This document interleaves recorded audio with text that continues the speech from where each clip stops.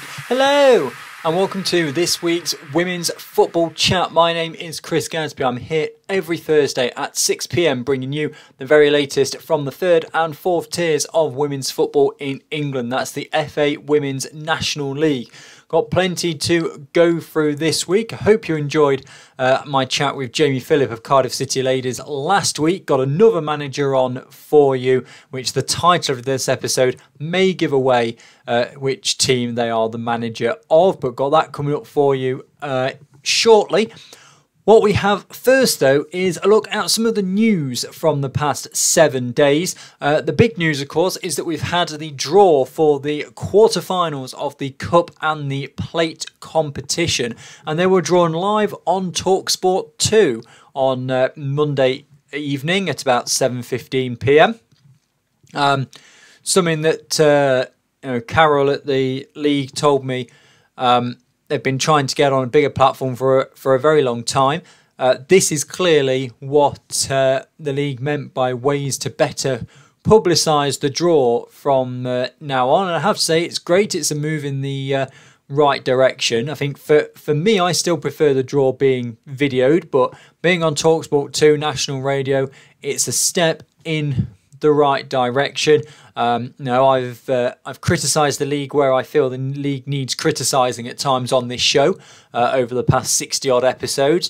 So it is only right that I give praise to the league when the league needs praise, and on this occasion the league does need praise. Now, whether that's going to be the case moving forward with the semi-final draws, I would think so. Whether coming up next season they go from the determining round, I suspect that might take a bit too long for TalkSport 2, or whether it just comes in from this quarterfinal stage every year. We'll have to see. If it is only from the quarterfinal stage as it was this year, I'd like to see the league do something for the determining round and the preliminary rounds and 1 and 2, whether it be video, whether it be even just a radio thing themselves. I'd like to see something from the league. So we'll see what happens from that. But yeah, great move from the league. Great to get it out. And unlike the FA Cup draw, which had a few difficulties in it, including Forest being drawn out twice, this draw went off without a hitch. So can't fault TalkSport 2 for that one. It sounds like, from when I was talking to Carol, that she went over the draw about 1 million. Well, she told me about 1 million times to make sure that the draw would go off without a hitch, and it did. So those ties are going to be played over on the 22nd of January. So they're away yet. So we'll have a look at those in more detail when we get a bit closer to that date. But let's go through then the results from the past 7 days. We're going to start, as we always do, with the league fixtures. Now, there weren't too many of these, and the reason that there weren't too many of them is because of the second round of the League Cup and Plate, plus a few FA Cup fixtures in there as well, just meant that teams were losing their opponents and they didn't have other opposition to play. So we're going to start, as we always do, with the Northern Premier Division, just the one game, and it's not going to take very long to go through because Brighouse Town and Loughborough Lightning drew 0-0, and what that means for the table is absolutely nothing at all. So Brighouse Town, it was the bottom two teams in the Northern Premier Division. They've both now played one more game, and they have gained one more point each, so they still stay in the bottom two. You'll see on that graphic there, if you're watching the video version. If you're listening to the audio version, don't forget this is available on YouTube as well, but I'll talk through the table. So Brighouse Town and Loughborough Lightning are now at the halfway point of their season. They've played 11 games, got 11 to play. Brighouse Town on 8 points, Loughborough Lightning on 2 points. Loughborough Lightning 7 points away from safety, which is currently held by West Bromwich Albion. Brighouse Town just 1 point behind West Brom. The West Brom do have a game in hand, as does everybody else in the Northern Premier Division, apart from Forest and Huddersfield Town, who have 2 games in hand because of their various cup runs. Southern Premier Division, just the one game to talk about in this one as well. Gillingham 0, Bridgewater United 2. But the lineup from Bridgewater United isn't on the full-time website yet. So 2-0 they win, but I can't tell you the scorers. What it means for Bridgewater United is that they climb from 10th up to 7th. 3 places they jump with that victory over Gillingham, and they climb above Gillingham in the standings. So Bridgewater now on 12 points. They're in 7th place. The top 6, of course, all remain the same because they didn't play. So Gillingham dropped down to 8th on 11 points, 10 games played. MK Dons are in 9th. They're on 10 points, but they've only played 8, so they've got 2 games in hand. London Bees are also on 10 points, but they've got 1 game in hand over Bridgewater United and Gillingham. And then it's Plymouth in the relegation zone with 10 games played, 6 points. So they're 4 points away from safety, but they've played a game more than the teams they are trying to catch. Crawley Wasps still at the bottom, 3 points from their opening 10 games. Division 1 Midlands then. Doncaster Rovers 4, Leek Town 0. Goals for Doncaster Rovers in this one: Jessica Andrew, Leah Hardy, Sophie Brown and Ottendeka Lackey. So they got a 4-0 victory over Leek Town, and Lincoln City a 2-1 victory over Wem Town. Jessica Rizu in the 26th minute and Chantal Robinson in the 80th minute got Lincoln 3 points that they very much needed as well. What didn't go so well for the teams towards the top is Sporting Council losing by 3-1 against Leafield Athletic. Now, Sporting Council, it was 1-1 at half-time. Sporting Council taking the lead through Megan Cann in the 27th minute. Catherine Pagan getting the equaliser for Leafield 5 minutes before half-time. Then they took the lead just less than 5 minutes after the break. Leonie Joyce putting Leafield Athletic ahead, and then a penalty in the 83rd minute by Talita Chase put Leafield 2 goals in front, 3-1 in total, and they would hold on to that for the victory. It means that Sporting Council dropped 2 places from 2nd to 4th. Doncaster Rovers, Bells and Lincoln City both winning climb them above Sporting Council. So what it means at the top of the table then, Stourbridge still very much in control. They've played 10, they've got 27 points. Doncaster Rovers, Bells have played 8, they've got 18 points. Lincoln City have played 11, they've got 16 points. Sporting Council have played 9, they've got 16 points. So Doncaster Rovers, Bells are the ones that are leading the charge against Stourbridge here. Doncaster Rovers Bells have 2 games in hand. They are currently 9 points back, so they could win those 2 games in hand. It becomes a 3-point gap, and then Stourbridge have to start looking over their shoulders somewhat. If they slip up, then Stourbridge still seem to be very firmly in control. Lincoln City, they are now at the halfway point of their season, so would be projected, and again this is only a projection, for 32 points from their 22 games. Now Stourbridge are already on 27. Bear in mind, though, that Lincoln had a very difficult start to their campaign. They've really picked it up and climbed up the table. So expect them to get far more points in the second half of the season than they did in the first. So Sporting Council are down into 4th. They, as I said, dropped 2 places. They're also on 16. Leafield Athletic are up a place to 5th. They're on 15 points. Solihull Moors are the team that has dropped down to 14 points, but they've only played 7, so they could make inroads up the table as well with their games in hand. Then Peterborough United, Wem Town, Sheffield and Leek Town make up 7th to 10th. See Leek Town and Wem Town both with their defeats. So Northampton Town, Long Eaton United not playing this weekend. They stay in the bottom 2, but Leek Town and Wem Town couldn't take advantage. They did have difficult opponents, to be fair, but couldn't increase that gap any further. Now Long Eaton United have played 10. Northampton Town have only played 7 and they're 3 points back. They've got 2 games in hand over Leek Town and they're only 3 points back. So Northampton Town will be looking to try and climb that table with their games in hand. Division 1 North results then, just 1, York City 0, Barnsley 3. A brace for Brooke Marsden in this one and Emily Pierpont with the other goal for Barnsley. What it means for the table is that they keep the pressure on Durham Sestra. They're up 2 places from 4th to 2nd with their victory. So the way this Division 1 North table is looking at the moment then, Durham Sestra top of the table, 9 games played, 20 points.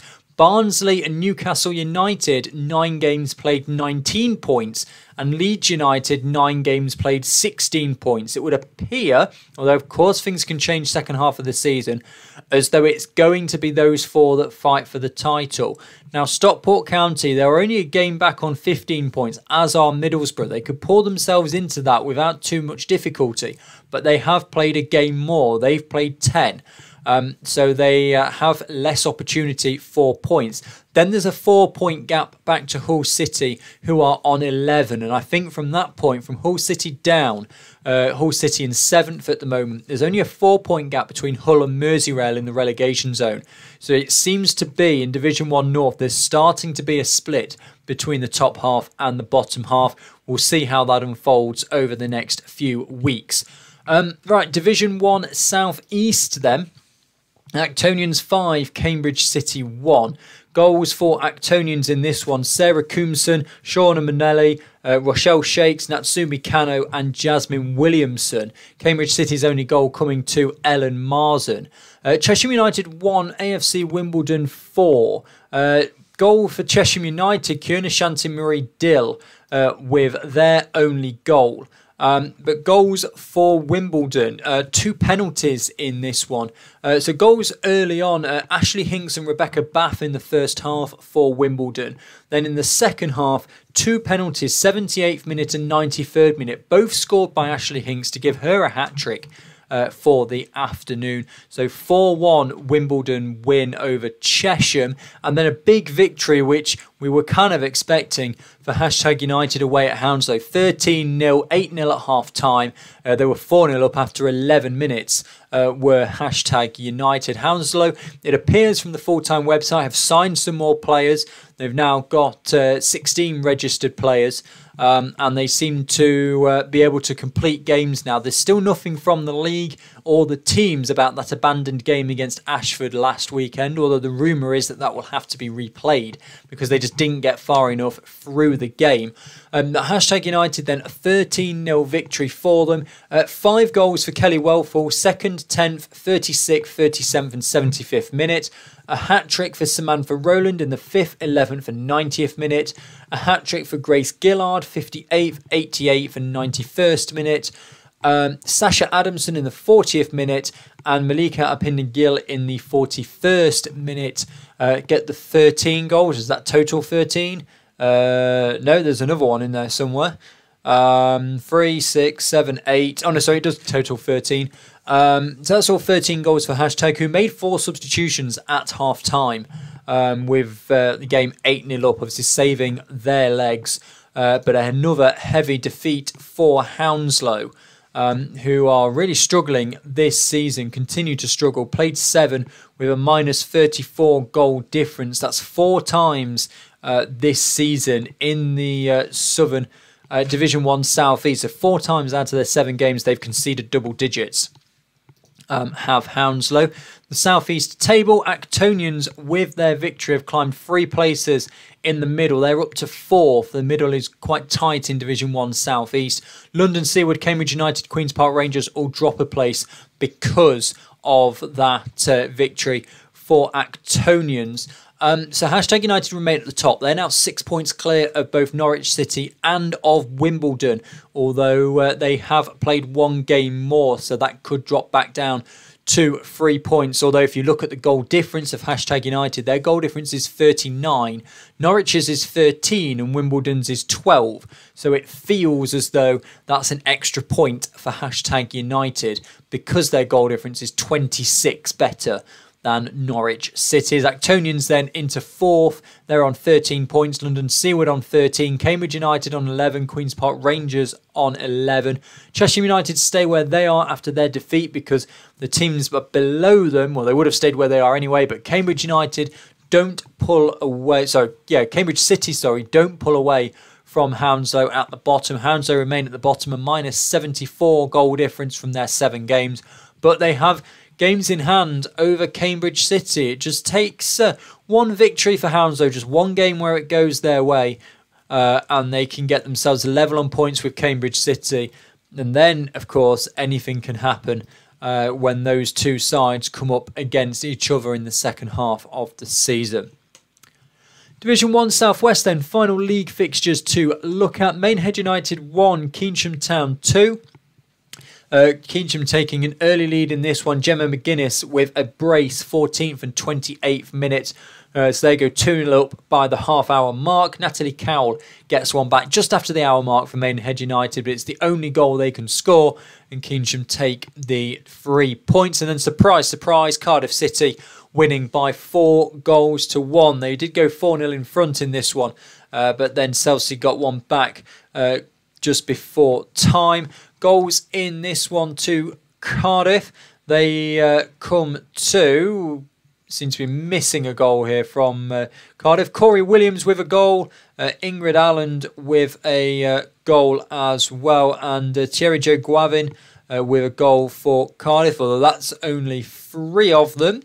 It does say that there are 2 balls next to Ingrid Alland, so maybe she got both of them. I'm unsure on that one, and the information just isn't on full time. Goals for Chelsea come to Laura Da Silva in the 83rd minute, the substitute, who gets 1 goal for Chelsea. What it means for the table: Cardiff stay at the top and they extend their lead. It is now 8 points over AFC Bournemouth, and Cardiff still have a game in hand. They're a perfect 9 out of 9 in Division 1 South West. Exeter City are also on 19 points. They've got a game in hand on Cardiff though, so that gap could come back down to 5. Only other game is towards the bottom, where Keynsham Town have climbed up a place over Larkhall Athletic after their victory over Maidenhead United. They are now in 9th on 9 points, 6 points clear of the relegation zone, but Maidenhead United have 2 games in hand on them. Chelsea, who lost to Cardiff City, remain in 5th. Right, those are the league fixtures. Let's now have a look at the first round and the second round of the FAWNL Cup, which was happening this weekend as well. Some of these games were postponed because of teams playing in the FA Cup, but I will come to that shortly. So in the first round, London Seaward 0, Plymouth Argyle 4. Goals to Plymouth Argyle, 2 to Georgia Wilson, 6th and 22nd minute, 1 for Caitlin Morgan-Hemis in the 55th minute, and Amber Pollock in the 79th minute. 4-0 for Plymouth Argyle. They will now play Cardiff City in the second round of the FAWNL Cup. Other second round games though that took place: Derby 2, Burnley 3. What a corker of a game this was. I was watching this on my Twitter feed as I was doing the live scores on Sunday afternoon.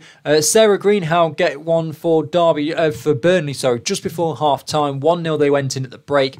Derby pulled one back. Rebecca McGruver in the 68th minute. Burnley immediately went back in front again. 70th minute, Emma Colin Evans.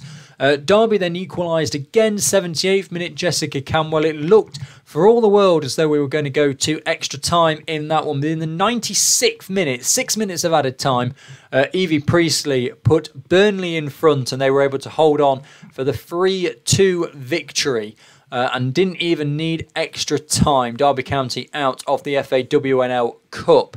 Exeter City 0, MK Dons 2. Goals for Molly Cooper and Angelina Nixon, with the goals for MK Dons, who get past Exeter.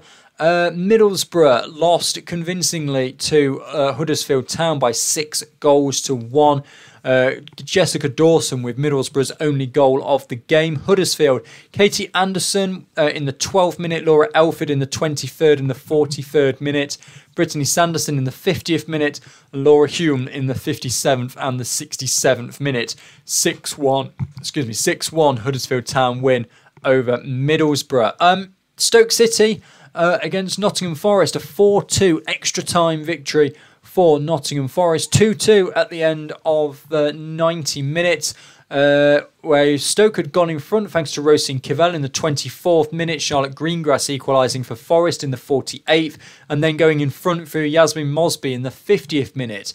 Sarah Woodburn got one back for Stoke in the 82nd minute to make it 2-2.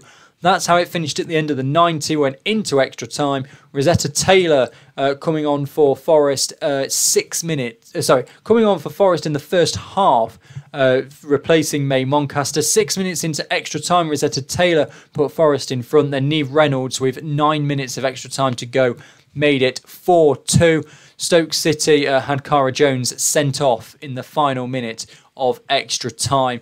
Forest go through into the quarter-finals. And a convincing victory for Wolverhampton Wanderers. A 7-0 win over Durham Sestra. A hat-trick for Amber Hughes. 1 each for Destiny Toussaint, Marianne Tahoe, Alicia Miller and Marie Gauntlet.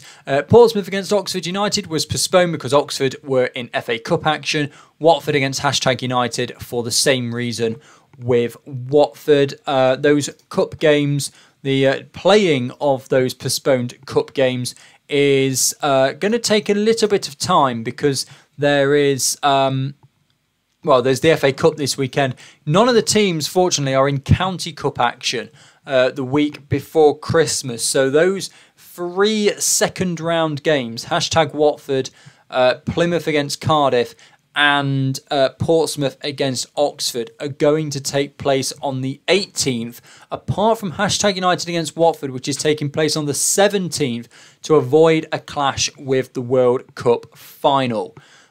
So those are the things you've got to watch out for. We've then got the semi-final draw, the quarter-final draw from the Cup, or those that have been put in there anyway, from the northern section.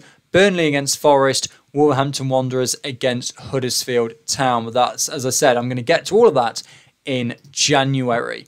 Right, let's have a look at the plate then, because this one is a little bit more messy still. So, first round ties, Queen's Park Rangers against Portishead Town. A 3-2 victory for Queen's Park Rangers. Although Portishead Town went in front early. Rhiannon Robbins in the 5th minute. Then it was equalised through Kasia Pettit in the 28th minute by Queen's Park Rangers.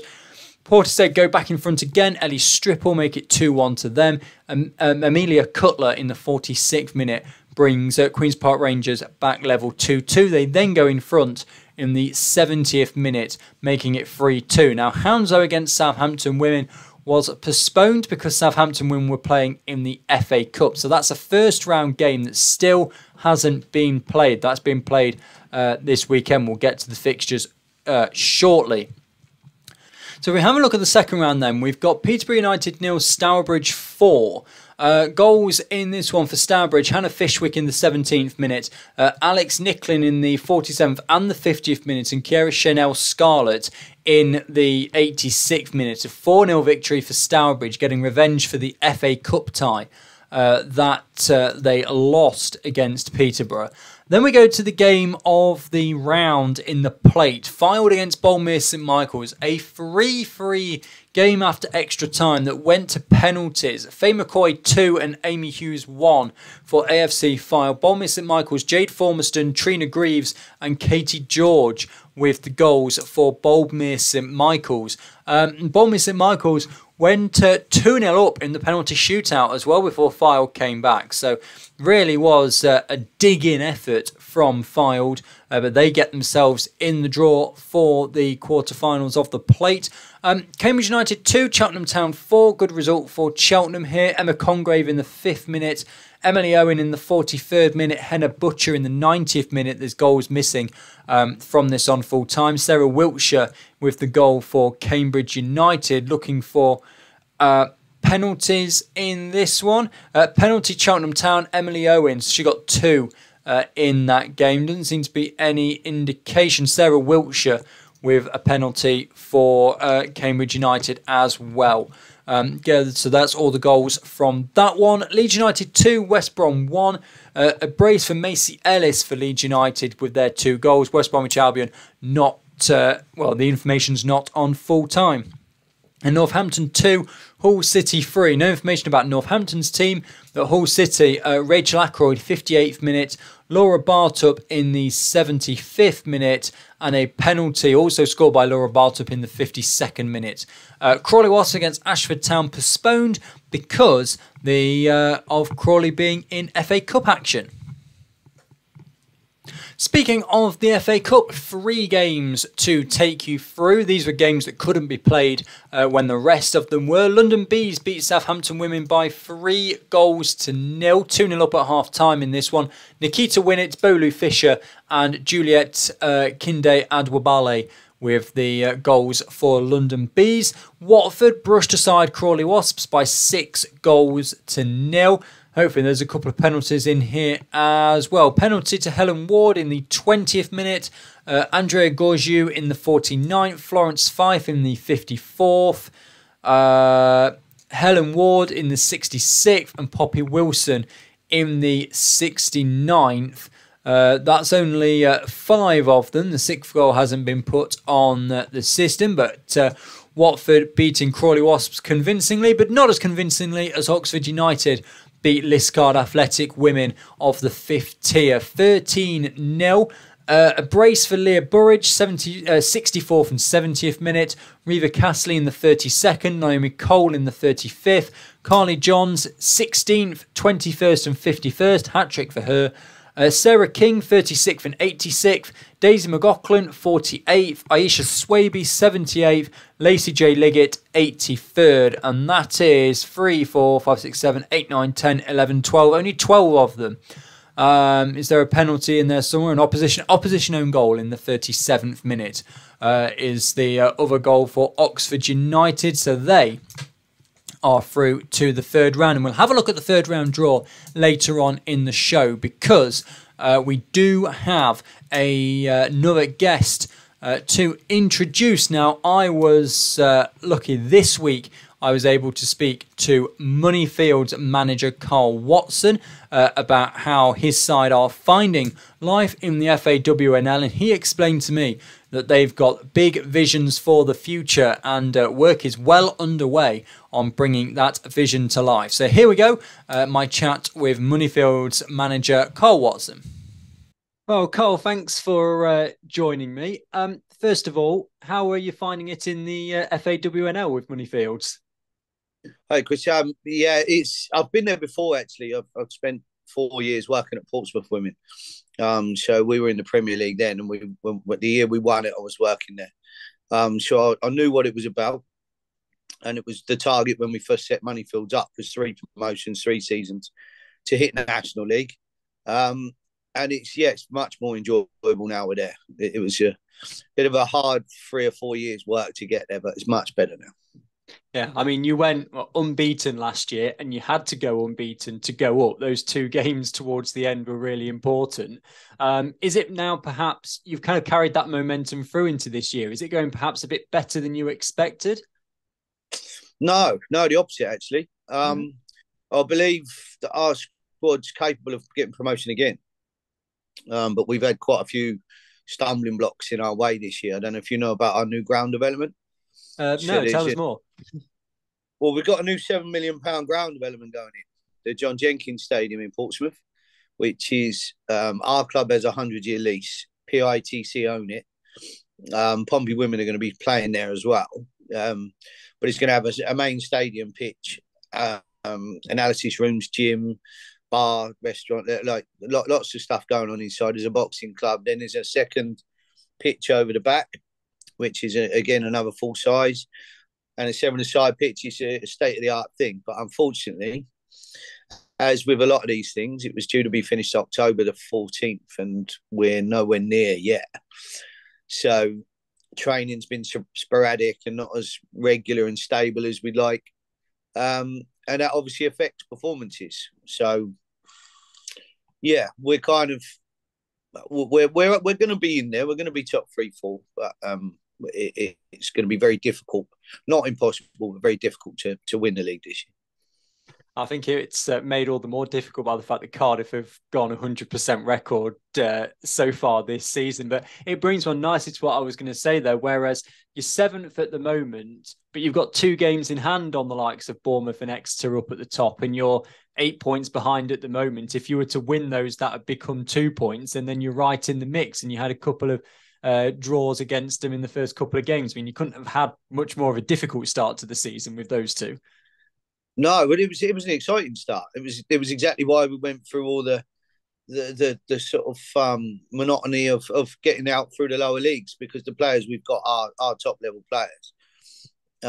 And when you come out of, no disrespect to some of the tier 5 clubs, but playing on kind of college pitches or You've only got one official and things like that, and you're used to working at a more professional level.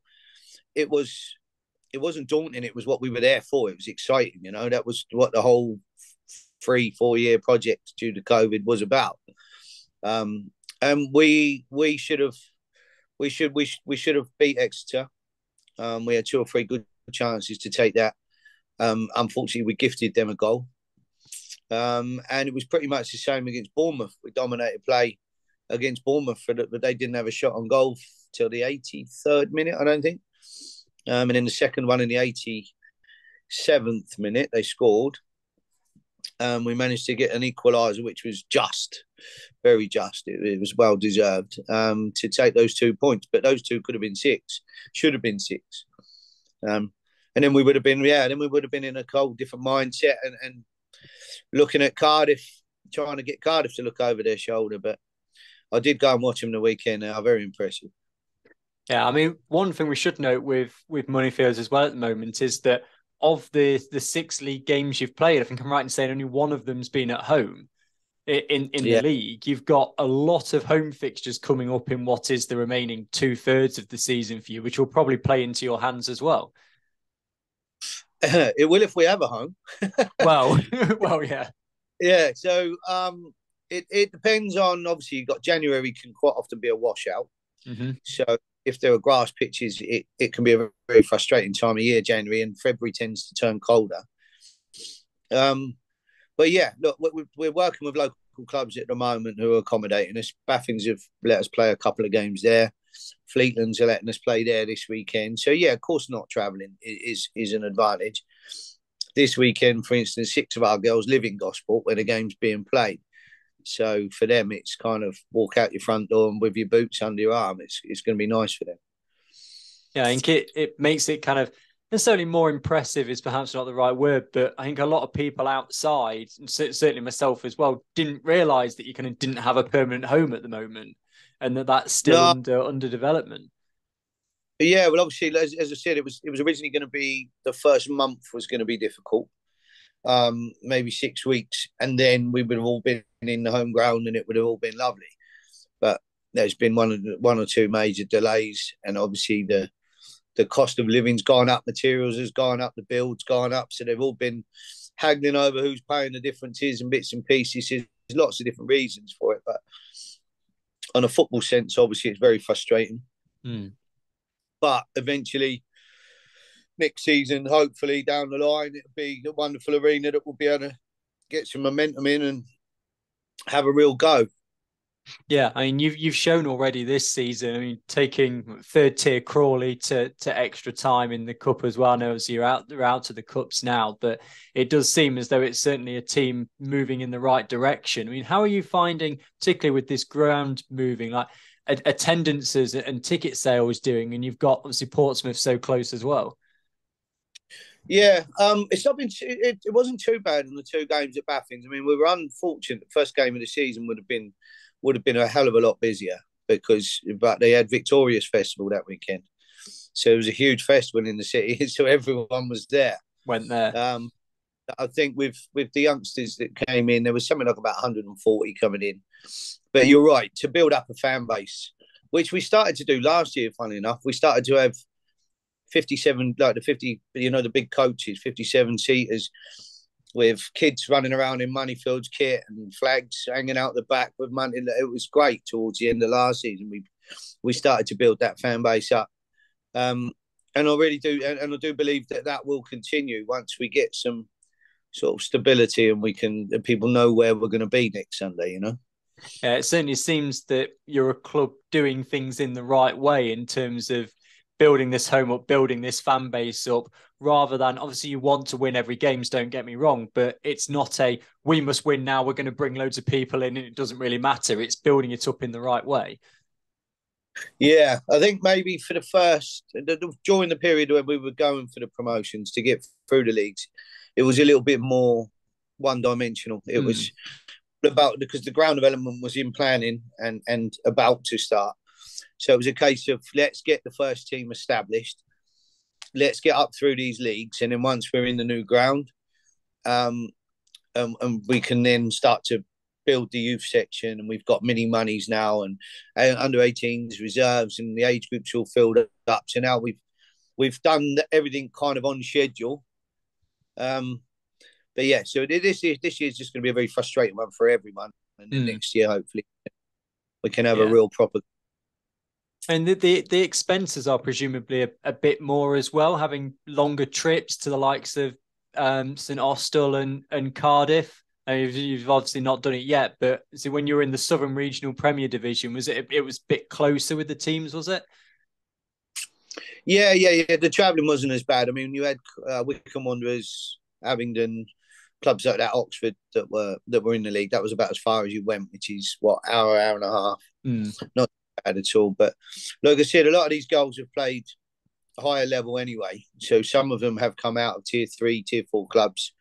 So they've all been national. Some of them have even been higher than that at WSL clubs. So they're used to the commitment that's needed. And as am I. Sunday's football day, so it doesn't matter to me if I'm in the minibus for 20 minutes or if I'm in the minibus for 2 or 3 hours. Yeah. The girls are good company. The coach, we get to talk amongst the coaches. It is all part of it for me. So yeah, and you get to come up with against local rivals and teams like Southampton Women's this season with so much history in the women's game. I suppose you're relishing the opportunity to try and get into the Southern Premier Division and have that rivalry against Portsmouth. 100%, yeah, definitely. I mean, there's a rivalry there anyway. Obviously, they're the premier club in the area. As I know from working there, that badge pulls a lot in. It carries a lot of weight because I'm a Portsmouth fan myself. So it does carry a lot of weight. But a few years ago, I had a chat with my daughter when she was thinking of leaving Portsmouth, and she said, "Where else can I go, Dad? Where else is there?" Because she couldn't drive at the time, and I thought, yeah, she's right. There's a window here. There is a niche for a second competitive club in the area, and that's kind of where the motivation for this project came along. Yeah, the South Coast in that region really is starting to become a bit of a a hot spot for women's football with Portsmouth again. As I said, Southampton with all the history, and now Moneyfields coming through. Yeah, and there's quite a few other local clubs as well. I mean, Bournemouth Sports. I don't know if obviously you've got AFC Bournemouth. Yeah, and then Bournemouth Sports who have got Cardiff in the FA Cup as well. Yeah. They're a group of people that I really like. They're trying to do things the right way. They've got a really committed group of players. We played them pre-season. I really enjoy playing them. I like them a lot. And there's lots of clubs like that in the area. It's grown massively since I got involved 18 years ago. It's a different world. So, and the message, of course, from you and the other clubs is get down and support your local team in that area. Yeah, definitely. I mean, obviously, there's a massive boost in things with the women winning the Euros. It was already growing at a steady rate, but that kind of now has made men open their eyes to the fact that, hang on, that wasn't a bad game to watch, you know? Yeah. Whereas a lot of them would have dismissed it before the Euros. So it's the right time. It's in a good place. There's still a hell of a lot of way to go. There's still a hell of a long way to go to get parity and equality. Parity and equality are what I'm working with me and the club have agreed to work towards now for us, which includes like equal treatments in the ground, equal pay going forwards, etc., etc. So the club have bought in as well now. Yeah, I mean, it's as you said. I mean, it's moving in the right direction. Obviously, you're doing everything with Moneyfields. Like even like the FA Cup prize money is on the way up. It is starting to help these lower league sides that progress in the FA Cup and things like that. It is getting there. There's a long way to go, of course, but it's getting there. Yeah, definitely. I mean, I think we won something like 5 or 6 games and went out on penalties away to Portishead 2 years ago, just before COVID.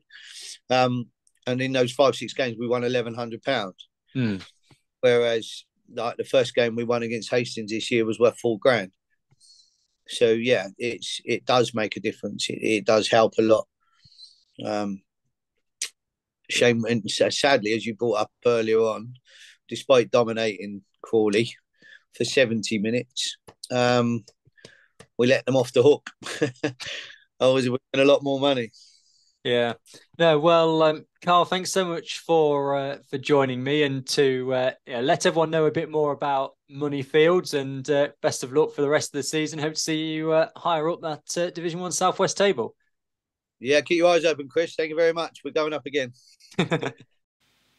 A big thank you to Karl for taking the time out to speak to me earlier on this week, and we'll keep an eye on Moneyfields throughout the rest of the season, and look with anticipation, look forward to their new ground finishing in development. Now then, let's have a look at the fixtures coming up over the next 7 days. Few competitions taking place. We've got FA Plate ties, we've got the third round of the Women's FA Cup, and a few league fixtures as well. We're going to start with the second round of the Plate. Now, these are the fixtures that weren't able to be played because either there was first round ties taking place in Queen's Park Rangers' case, or there were FA Cup ties taking place with relation to Crawley Wasps and Southampton Women. So, Billericay Town against Queen's Park Rangers. That's third tier Billericay Town taking on Queen's Park Rangers of Division 1 South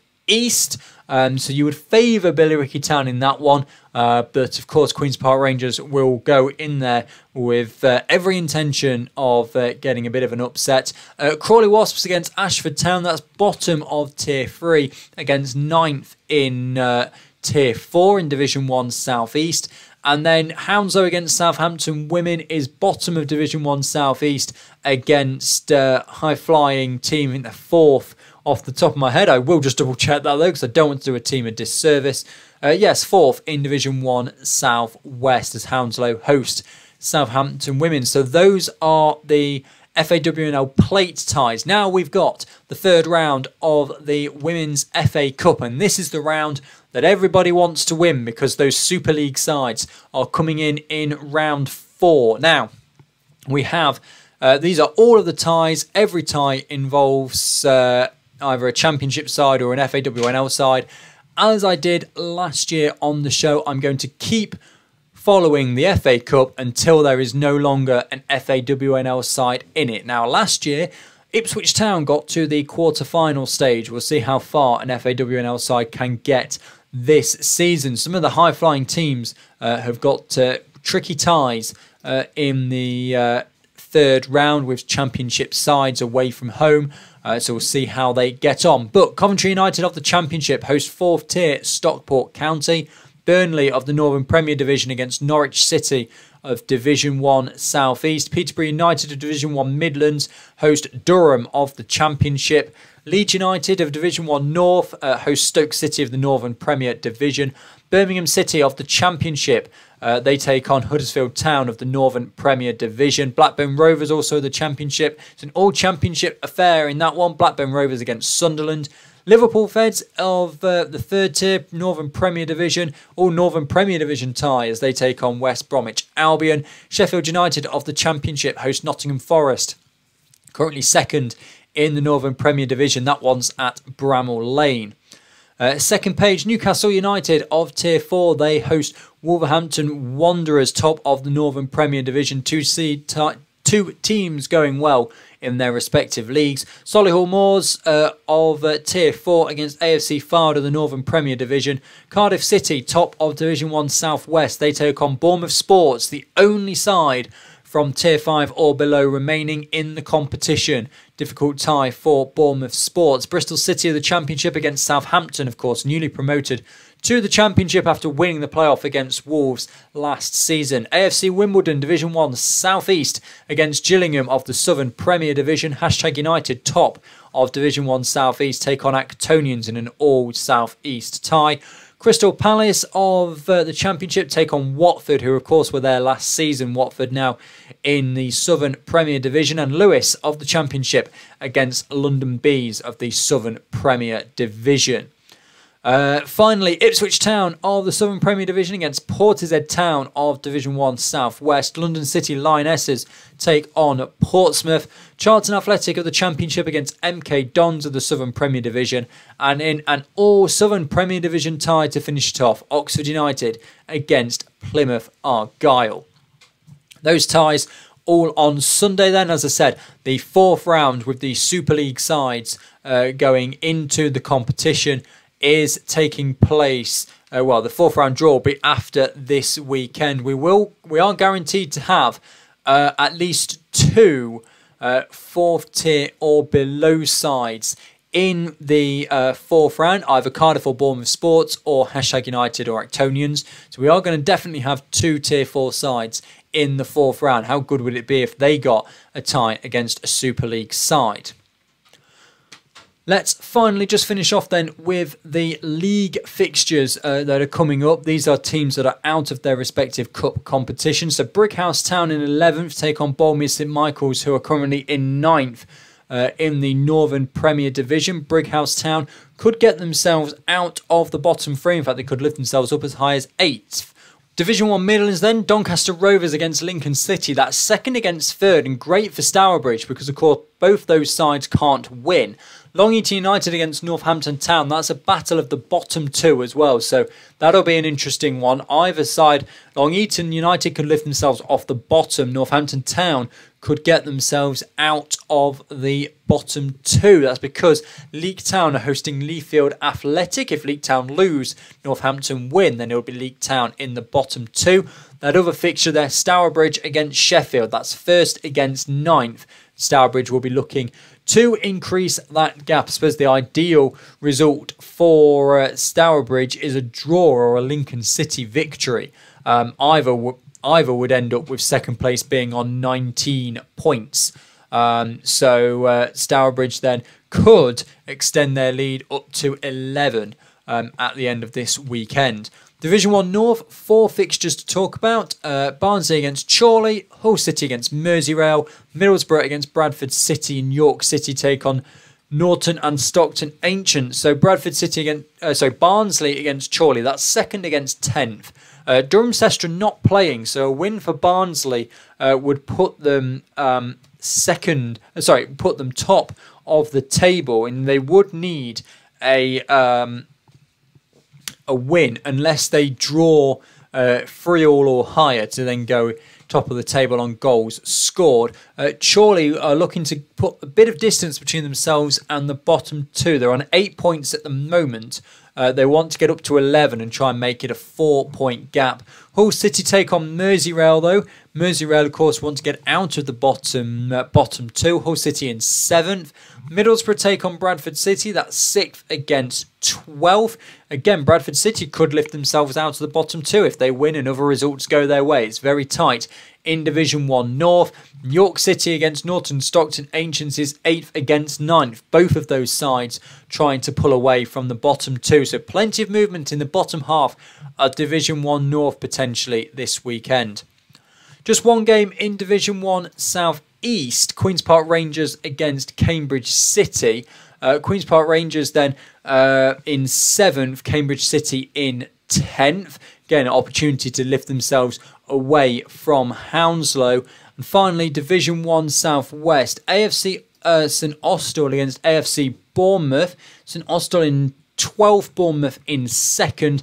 Cardiff City, of course, not playing in the league this weekend, so chance for Bournemouth to close the gap, but it will mean they'll have played 2 games more than Cardiff City. Keynsham Town against Exeter City, that's 9th against 3rd. This is Exeter's game in hand over Cardiff. They could really do with a victory to try and close the gap as much as possible. And finally, Moneyfields against Maidenhead United. That's 7th against 11th. A big victory for Maidenhead United by 5 goals would lift them out of the bottom 2. But Moneyfields, they could get as high as 5th with a victory.